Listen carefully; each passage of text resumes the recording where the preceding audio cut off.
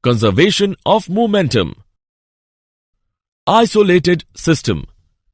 A system is said to be isolated if there is no exchange of mass and energy between the system and surroundings.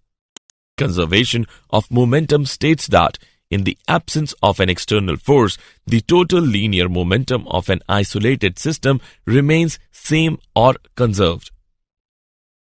Explanation using Newton's second law of motion.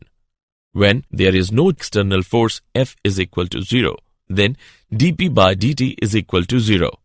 P is equal to constant, mv is equal to constant, m1 v1 is equal to m2 v2. Explanation using Newton's third law of motion. Consider an isolated system which consists of two particles of masses m1 and m2. Then total mass of the system is m is equal to m1 plus m2. Let a force F be applied on the system, due to which F1 and F2 act on m1 and m2 respectively. If there is no external force acting on the isolated system, then F is equal to 0. d by dt of P is equal to 0. P is equal to constant.